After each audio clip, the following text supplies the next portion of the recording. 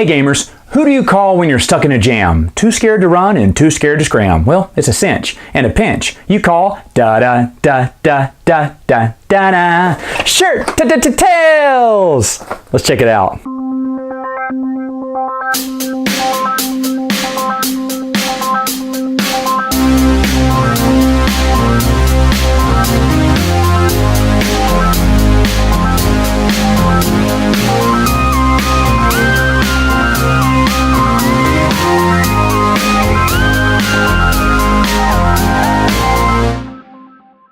To set up the game, all you need to do is put out these characters right here. These characters count for points in the game. They're all equal in value. Doesn't matter who you pick. They're all just worth 1 victory point.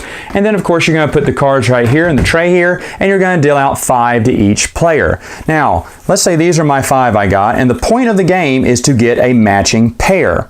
And you have to get a matching pair of either all of the same animal, so I need 5 monkeys, or all the same color. So I need each one of the different characters here on the board in a blue shirt, let's say. Now there are wild cards in the deck that let you be any color shirt you need or any character that you need, and you can use these in place of one of the other. So if I was missing a certain character or missing a certain blue shirt, I should say, I would put that there, and that would denote a character that I was missing in my hand. So things you can do on your turn are very simple. On your turn, you have a choice. You can take a card from the deck here and put it in your hand, or you can trade cards with another player, and then depending on how many you want to trade. So for instance, let's say, ooh, I got 3 of these. That's pretty good to go after. And this, that's 4. Oh man, I'm almost there. Okay, well, let's say I want to trade a card. Now you see I have this card in here. This is the Commissioner. There's another card in here just kind of like him called Mr. Dingle. These are cards you don't want in your hand. You cannot win if you have this in your hand. So maybe I want to trade him off. I say, okay, I'm going to trade with that player, and that player gives me a random card.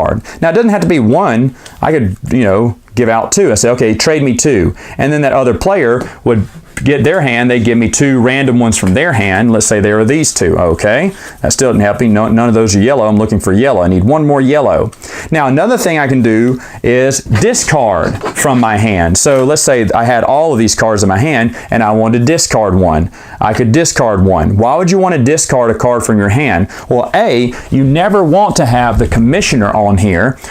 So I'd probably want to discard him too later on in my next turn. And then to win, let's say I did have 5 yellow shirts. Well, the minimum cards I can have in my hand are 6. I can't win with all these extra cards, so I'd have to keep discarding until I got down to 5 or let's say 6 cards. Once I get that, I could reveal all of my cards and then claim one of these. Then we would reshuffle the deck and start over again.